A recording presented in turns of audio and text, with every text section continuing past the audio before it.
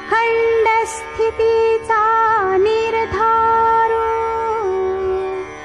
श्रीमंत योगी।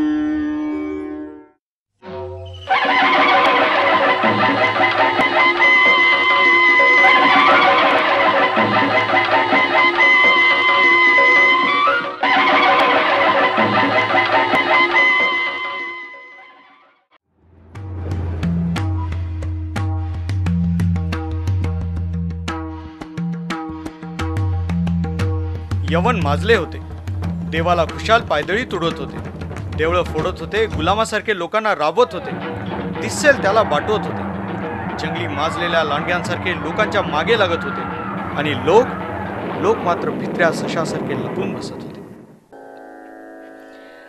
परित्राणाय साधूनां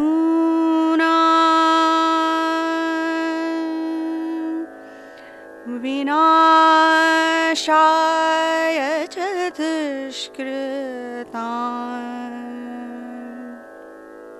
धर्म संस्थापनार्थाय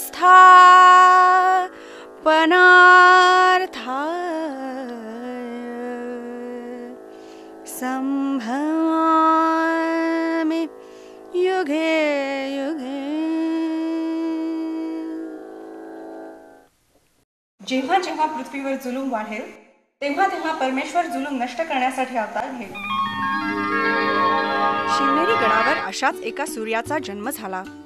गडाची देवता शिवाय देवी म्हणून त्या पुत्राचं नाव शिवबा असं ठेवलं। माझ्या पोटी आलेला कोणी साधा सुद्धा नाही तर वेगळाच आहे, अवतारी आहे। नाहीतर मला हत्तीवर बसावं, डोंगरावर चढून किल्ले पहावे, सोन्याच्या सिंहासनावर बसावं, अंगावर चिलखं चढून लढाया कराव्यात, असे डोहाळे कशाला लागले असते? अरे शिवबा, आलास वाटतं। मासाहेब, आज आपण आम्हाला कोणती गोष्ट सांगणार आहात? चला राजे, आज तुम्हाला मी छोट्या राम लक्ष्मणांची कथा सांगते।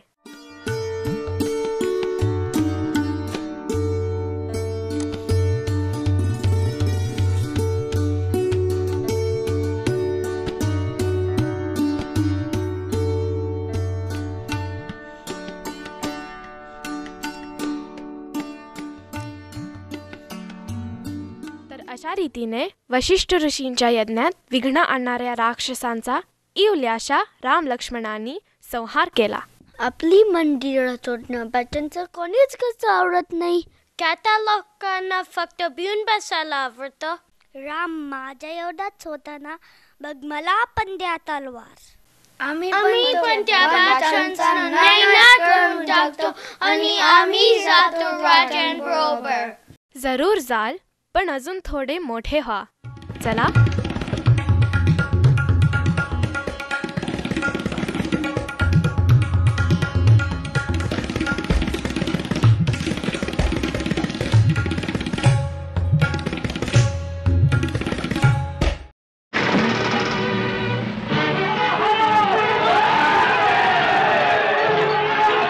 शिवबा हळूहळू मोठा होऊ लागला आणि आपल्या सवंगड्यांसोबत लोटुपोटीची लढाई खेळू लागला।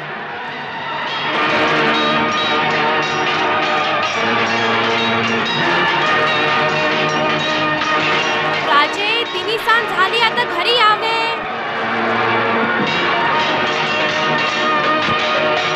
आता बंद करता का खेळ, का बोलो त्या बागुलबुवाला?